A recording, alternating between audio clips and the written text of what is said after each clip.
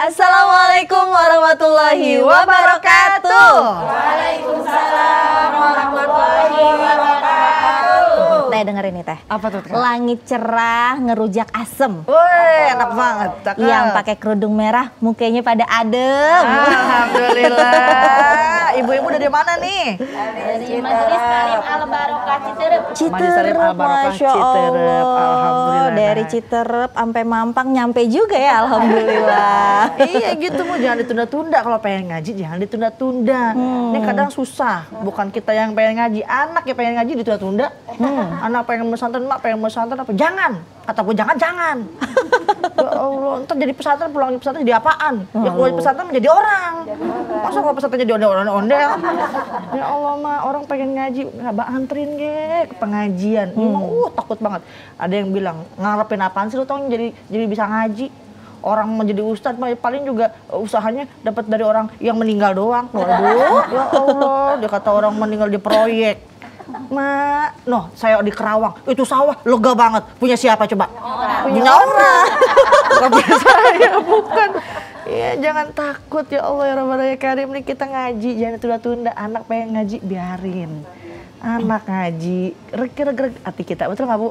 Coba anak agak ke pengajian di rumah macem-macem buat langkunya. Ya Allah Kak, rambut dimerahin kayak kuah bakso. Nah, Pakai tato, orang bule ngikutin, orang bule mah pantes. Ditato juga bule, tatonya naga, danta. Lah kita udah mah item, tato orai kadut. Pengen ke mall, naik angkot, diangkot dia mabok. Nyampe ke mall dilepas sendalnya, naik eskalator dia ngedeprok. Balik dari mall dikerok. Jadi anak gaul, biarin apa orang mau ngaji. Ini alhamdulillah kita kayak gini ngaji, dicatat pahala kita oleh Allah Subhanahu wa Ta'ala. Kita ngaji hanya di cahaya pagi, buka mata, buka hati. Yuk ngaji yuk. Tapi ini kenapa pas banget ya dari tadi nih kan Teteh ngomongin tentang menunda-nunda. Tadi katanya nggak boleh nunda ngaji, nggak boleh nunda pekerjaan, berarti kan nggak boleh nunda sholat. Karena kayaknya ini sesuai sama tema kita, kalau menunda pangkal penyesalan. Waduh, jangan sampai menyesal. Berarti kalau kayak gitu gimana nih Teh? Baik. Bismillah, alhamdulillah, wassalatu wassalamu ala rasulillah wa ba'd. Pemirsa Cahaya Pagi yang dirahmati oleh Allah Subhanahu wa Ta'ala. Dalam surah Ali Imran ayat 133 Allah berfirman, A'udzu billahi minasy syaithanir rajim. Allah. Bismillahirrahmanirrahim. Allah. Wasari'u min rabbikum wa jannah. Maghfiratin min rabbikum wa jannatin arduha as-samawati wal ard. U'iddat lil muttaqin. Dalam kitabnya Zubdatut Tafsir min Fathil Qadir dikatakan wasari'u, buru-buru, gerak-gerak, kalau kata orang Citerep, bersegeralah kamu kepada ampunan Allah. Ini merupakan perintah bagi orang-orang yang beriman. Supaya apa? Bergegas dalam menjalankan kebaikan dan tidak menunda-nunda. Ya, karena apa? Kalau kita menunda kebaikan, di dalam tafsirnya dikatakan kita sama aja kita melepaskan surga yang luasnya seluas langit dan bumi. Langit dan bumi keduanya makhluk Allah yang terluas berdasarkan apa yang diketahui oleh manusia. Lalu bagaimana kalian melakukan perbuatan yang menjadikan kalian diharamkan memasuki surga yang luasnya bagaikan langit dan bumi, malah lebih luas lagi. Padahal surga itu disiapkan untuk orang-orang yang bertakwa. Shadaqallahul azim. Bu. Bu. Kebiasaan nunda-nunda kerjaan adalah merupakan awal dari datangnya masalah besar. Kebiasaan ini termasuk dalam kategori akhlak yang buruk, yang sangat merugikan dan menyebabkan jiwanya menjadi lemah. Tuh orang yang suka menunda-nunda juga bikin lambat. Jika terlalu lama membuat keputusan untuk sebuah peluang yang tiba-tiba datang, karena kita nunda-nunda, tuh peluang bisa hilang. Betul Pak? Betul? Menunda-nunda juga memiliki unsur melalaikan waktu. yang tidak mungkin akan kembali lagi. Oleh karena itu dalam sebuah hadis disebutkan 2 nikmat Allah. Nikmat Allah. Apa yang kebanyakan manusia sering lupa? Yang pertama sehat. Lupa dah kita dikasih sehat, kita makan bakso sausnya sebotol, ya kan? Dan kesempatan waktu luang dalam hadis riwayat Bukhari. Itu yang suka kita nunda-nunda. Padahal itu adalah nikmat daripada Allah Subhanahu wa Ta'ala. Kebiasaan menunda-nunda pula adalah hasilnya nanti yang akan dicapai oleh seseorang itu tidak kurang maksimal. Bahkan bisa mengalami kegagalan karena dia buru-buru jadi bererot. Emak tahu bererot apaan? Norak banget kagak tahu bererot. Itu urusan dunia. Kalau kita ngelakuin pekerjaan ditunda-tunda mulu, entarnya malah kagak beres. Bagaimana yang urusan akhirat? Hampir seluruh manusia pada hari akhirat kelak hanjakal. Empok tahu hanjakal? Emak cari di internet hanjakal. Hanjakal tuh bukannya jalan yang naik, bukan? Oh itu mah tanjakan. Orang di akhirat bakal nyesel. Yang kafir nyesel karena dia nggak beriman. Yang beriman juga nyesel karena tidak memaksimalkan amal baik, amal soleh. Tuh jangan nunda-nunda. Ini kita mau ngaji banyak banget alasannya. Ya Allah, nenek men. Nenek mana nenek? Oh, udah bukan nenek. Iya, supaya ngaji. Gaji Bu, ya repot. Ya Allah, ya Rabbana ya Karim, mumpung kita hidup di alam dunia, mak isi amal kita buat ngaji insya Allah. Tapi jangan ngaji doang, sholat kagak mau. Ada yang nanya sama Rasul, ya Rasulullah, amalan apa sih, ibadah apa sih yang paling utama? Tuh ibadah. Mak kita ngaji dulu definisi ibadah. Mak tahu definisi?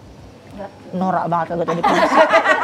Sama kita juga gak tahu definisi. Artinya dan maksudnya pengertian. Ibadah itu adalah sesuatu perkara yang dilakukan dan dibenci oleh hawa nafsu, tapi mendekatkan diri kepada Allah. Tuh ibadah. Makanya digoda baik, mata kita dicolokin biar tunduh. Ya, telinga kita dikorek-korek biar kagak ngedenger tuh ustazah ngomong apaan. Bujur ge bujur. Weh ditojosin.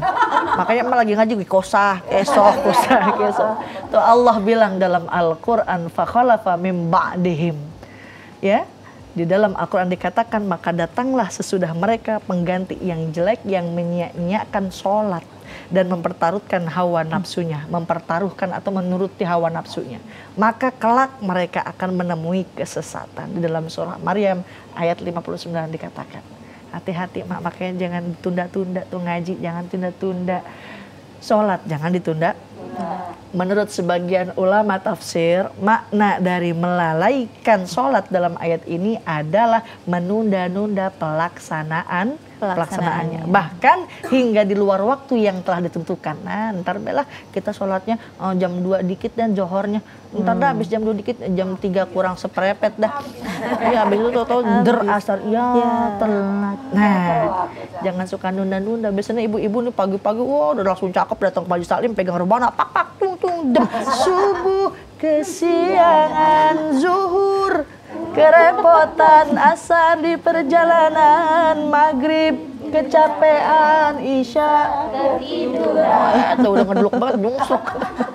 Di akhirat kelak setiap manusia akan berkata, alangkah ruginya aku karena meninggalkan amal-amal yang soleh yang diperintahkan oleh Allah. Sungguh di dunia dulu aku termasuk orang yang memperolok-olok agama Allah. Hati-hati, jangan ditunda-tunda. Selain sholat apalagi itu jangan ditunda. Tadi ngaji jangan tunda, sholat jangan ditunda. Apalagi yang jangan tunda? Tuh zakat.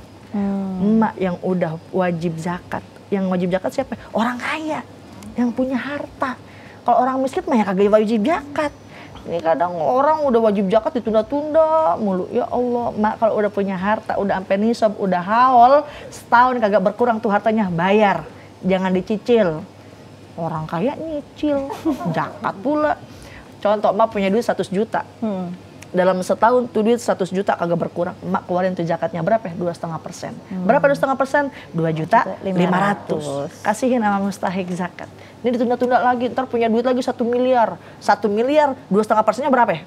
25 juta. Noh, datang setan. Ditunda-tunda nih kan 25 juta. Datang setan. Duh, Romlah. Mendingan juga beli motor. Tuh, akibat nunda. Apalagi jangan yang ditunda. Pertama sholat jangan ditunda, zakat jangan ditunda, haji. Emak kalau punya duit, mampu badan kita buru-buru daftar. Ada hadis qudsi mengatakan sesungguhnya seorang hamba telah aku sehatkan badannya. Tuh sehat, berarti mampu. Aku luaskan rezekinya, ada penghasilan, ada rezekinya. Tetapi berlalu dari 5 tahun dan dia tidak menghadiri undanganku. Maksudnya adalah menuju ke Baitullah, menuju ke Tanah Haram. Maka sungguh dia orang yang benar-benar terhalangi dari kebaikan. Tuh dalam hadis dikatain begitu. Mak, haji urusan Allah, Allah yang mau. Ada orang harta banyak, kagak Allah gerakin, kagak berangkat. Tapi ada orang mak tukang bubur doang bisa 3 kali berangkat haji. Tukang bubur naik haji. Tukang bubur naik haji. Ya, apalagi jangan ditunda, bayar utang. Nah, ini paling kencang banget dibayar utang. Bayar utang. Ya. Jangan tunda-tunda, kecuali yang berhutang dalam keadaan susah banget. Itu dikecualikan. Ya. Uqbah bin Haris menceritakan bahwa ia pernah sholat asar di belakang Nabi di Madinah Munawwarah. Selesai sholat, Rasul tampak buru-buru mak menuju rumah beliau. Orang-orang tampak heran, kok Rasul tumbenan habis sholat, assalamualaikum, assalamualaikum, lompat tuh Rasul. Ketika Rasulullah SAW keluar dan beliau merasakan sahabatnya itu pasti bertanya-tanya, kenapa nih Rasul buru-buru keluar? Rasul bilang, aku teringat sekeping emas, sekeping. Mak, keping itu kan keping, bukan yang bertonton, bukan, sekeping doang. Yang tertinggal di rumahku, kata Rasul, aku tidak suka kalau ajalku tiba nanti emas tersebut masih ada padaku sehingga menjadi penghalang bagiku ketika aku ditanya pada hari hisab nanti. Tuh Rasul. Malah ada riwayat yang mengatakan Rasul buru-buru sampai keinjek bahu sahabatnya, lompat gara-gara apa? Ada keranjang korma yang belum dibagiin sama Rasul. Rasul. Makanya emak jangan tunda utang. Ini kita ingat utang lagi sholat. Allahu Akbar, seblak kita belum dibayar. Sami Allahu liman hamidah, ya biai belum ngangkatin jemuran. Tuh biai di belakang. Tuh teladan Rasulullah SAW sama masalah harta. Hutang nih adalah hak manusia yang harus ditunaikan. Bahkan jika seseorang yang berhutang meninggal dunia, itu masih tetap dalam tanggungannya, masih tetap dibayar. Rasul bilang penundaan pembayaran hutang oleh orang-orang yang mampu adalah suatu kezoliman. Zolim, kita mampu bayar utang tapi kita undur-undur mulu. Apalagi sekarang, ya Allah, bayar utang kagak mampu ke mall dia bisa. Nah, posting udah gitu, ya panas. Orang yang ngutangin, ya Allah, kita makan besok sama ikan asin lagi. Iya, dia makan enak jalan-jalan. Ya Allah, begitupun termasuk kebaikan yang diperintahkan oleh Allah, maka segerakan. Apa itu? Nikah. Mak punya anak yang udah balik, ya, itu udah merupakan hak mak tuh, nikahin buru-buru.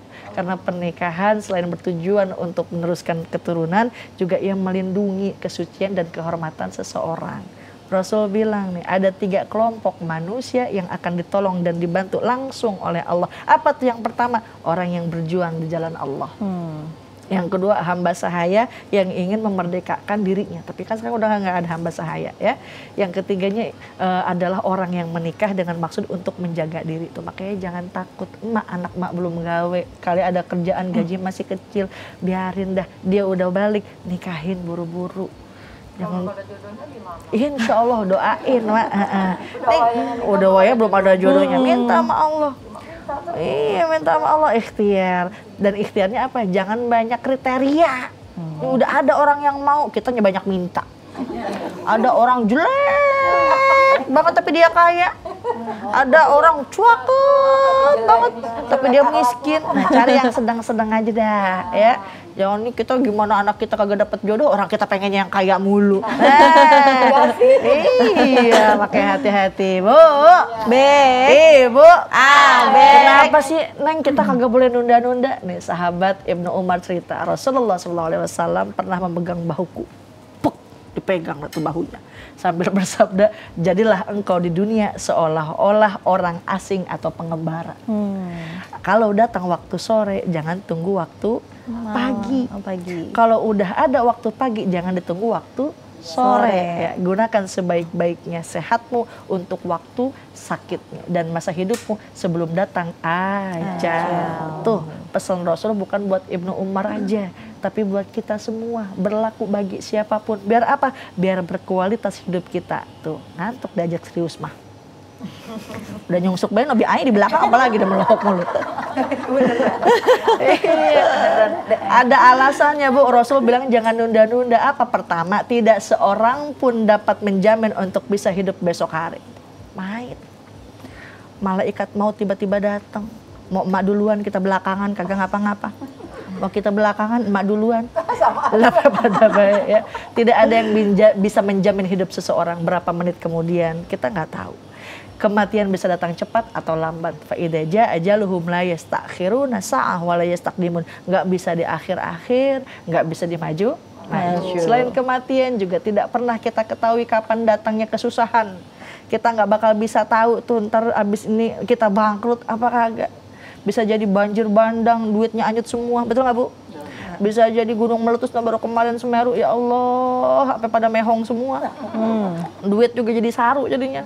Rasul bilang bersegeralah buru-buru kalian melaksanakan amal kebaikan karena 7 hal. Nah, ada 7 hal. Yang pertama, kalian hanya menanti kefakiran yang melupakan atau kekayaan yang menyesatkan atau sakit yang merusakkan atau ketuaan yang melemahkan. Oh, tua kagak ada giginya. Ya Allah, siaran banget dah. Makan apa Kak tadi? Makan tahu tempe doang. Atau kematian yang mendadak atau dajjal yang merupakan hal gaib yang pasti akan datang atau hari kiamat, sedang hari kiamat itu lebih dahsyat. Nauzubillah. Hati-hati makanya jangan ditunda-tunda tuh. Kita nggak tahu, siapa tahu kapan besok kiamat datang. Ya. Oleh karenanya hati-hati bagi kita semua umat muslim tentunya buru-buru ngelakuin amal kebaikan. Insya Allah. Allah Ta'ala. Ada yang mau nanya ibu-ibu? Ada yang mana? Serak banget rumah-rumahnya. Yang ini? Iya, boleh nih. Bu. Maju berdiri. sini boleh. Sini. Ya. Hati-hati. Rupanya hati-hati. kedinginan banget ini. Ada. Bet, tapi Nggak hasilnya apa-apa, nyongkrok melorot. lagi. Fasilnya melorot. Ini baju udah kayak Ratu Joda. Berdiri. Ya, jangan depro. Berdiri. Iya, ya Allah. Iya. Ya, apa, Oke, Mbak? boleh. Iya. Dengan ibu siapa? Dari mana? Dengan Ibu Ida dari Majelis Talim Al Barokah Citerem. Iya, Bu Ida, silahkan. Ya, Ustazah kan tadi ada beberapa hal yang ditunda-tunda ya. Yang ditunda-tunda itu kalau buat saya sering menundakan karena memang saya punya warung. Warung itu kebetulan waktu pas zuhur atau waktunya sholat itu rame gitu ya.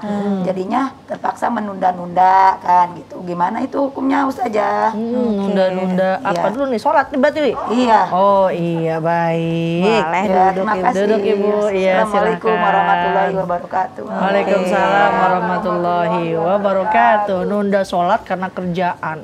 Bon, sibuk banget. Yang punya warung, sampai Wanita lupa sholat. karir. Wanita karir ya. Mak, sholat nih wajib. Buat siapa? Buat orang muslim. Yang nggak wajib buat siapa? Buat orang gila. Berarti emak yang kagak mau sholat orang nah, hati-hati ya. Sholat wajib mau kapanpun dimanapun. Artinya kewajiban sholat tidak tergoyahkan oleh ruang dan waktu. Namun dalam realita kehidupan manusia seringkali keadaan berbicara lain.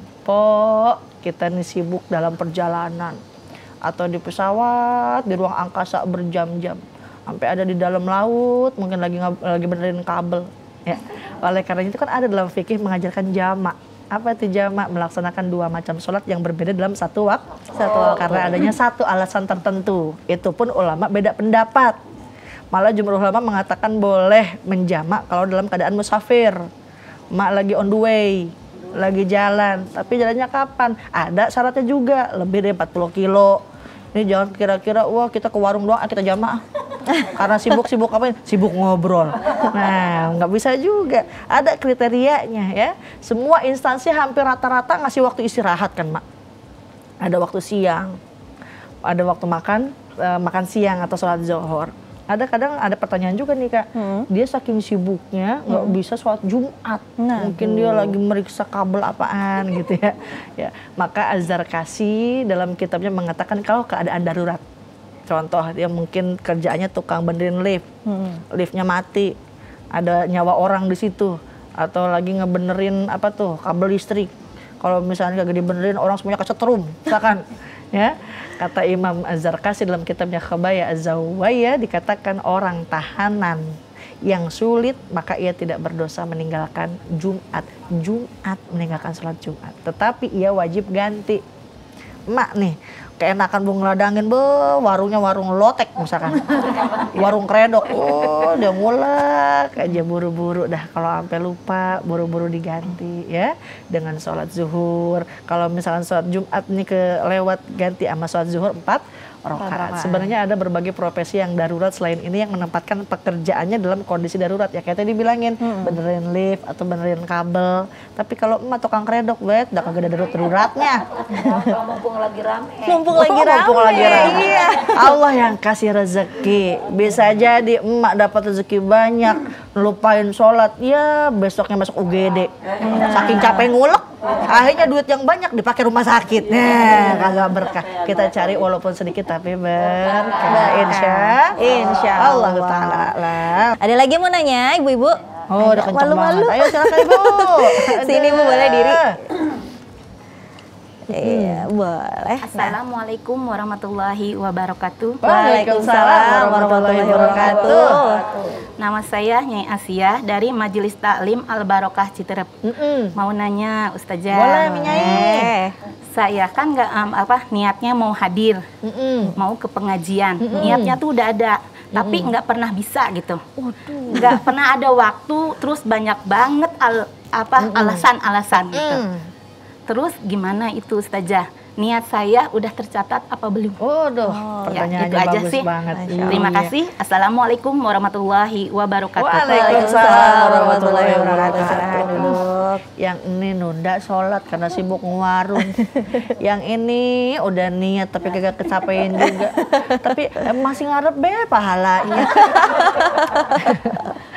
Bu, Bu, meski amal sangat penting namun niat atau azam berkeinginan kuat itu namanya azam ya, lebih utama daripada amal.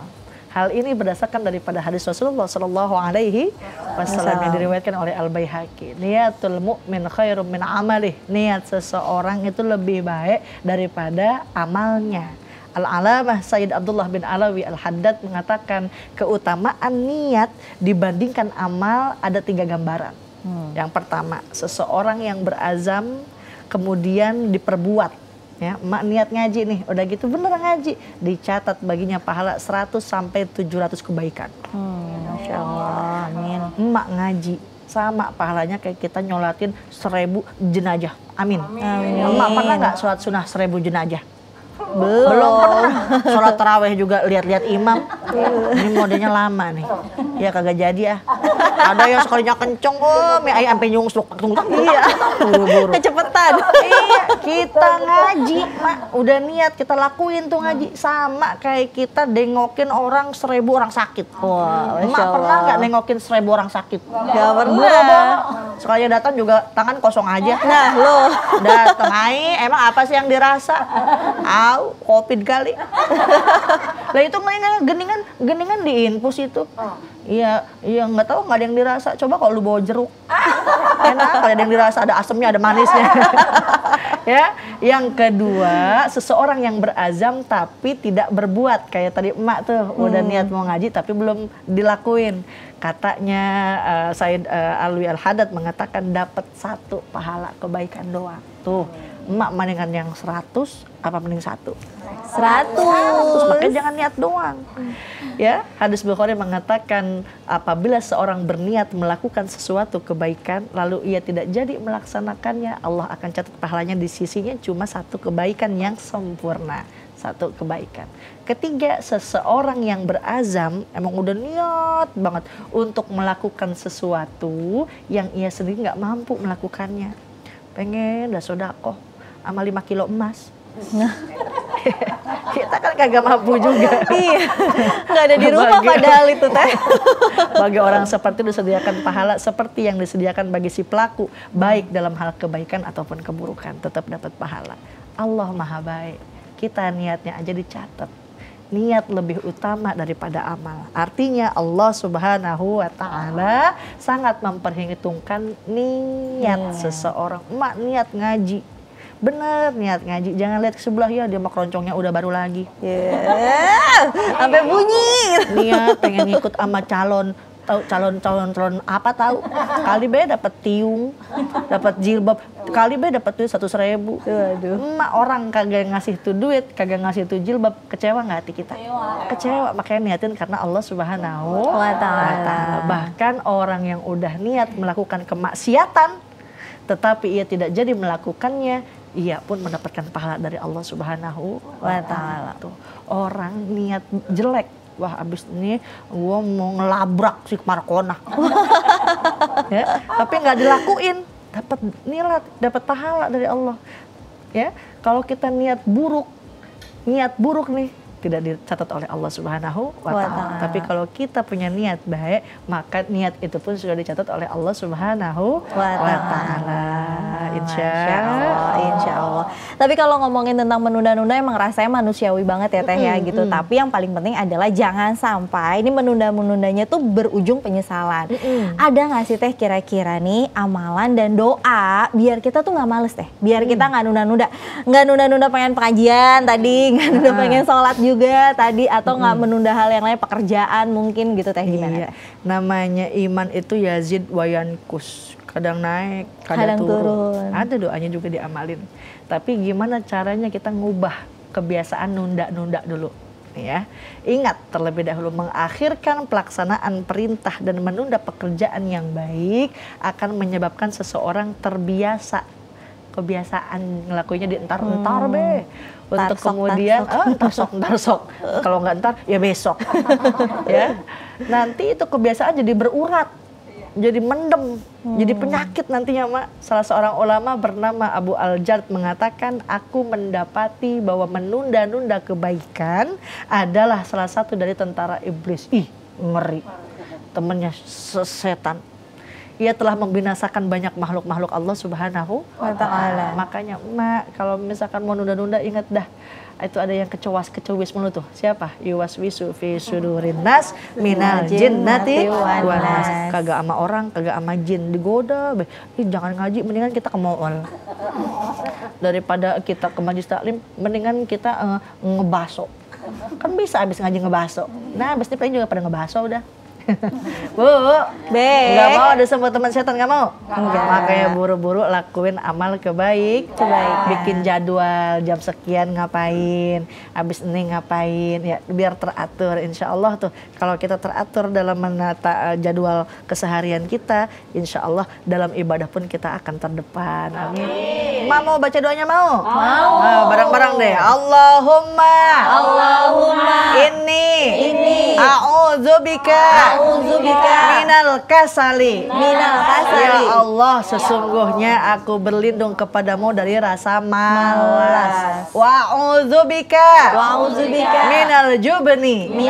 Dan aku berlindung kepadamu dari sikap pengecut. Dan aku pun berlindung kepadamu dari pikun. Tuh, ada doanya. Dan aku berlindung kepadamu dari sifat pelit, koret, mereket jahe, meregehese. Tuh baca doa. Neng kagak apal bahasa Arabnya, udah dah. Iya, bilang aja ya Allah, jauhin kita dari rasa malas ya Allah, jauhin dari sifat pengecut ya Allah, juga jauhin kita dari sifat pikun ya Allah. Aku berlindung kepadamu ya Allah dari sifat pelit. Tuh baca doa. Kalau udah baca doa, usap muka usap. Dengkul mah dengkul. Bujur mana bujur. Nah, gitu baca doa.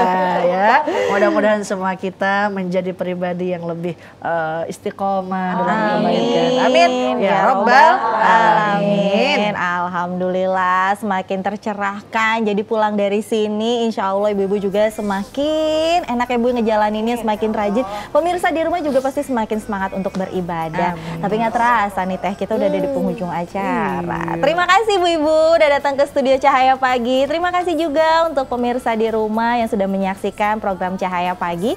Jangan lupa untuk terus menyaksikan program Cahaya Pagi di waktu dan jam yang sama.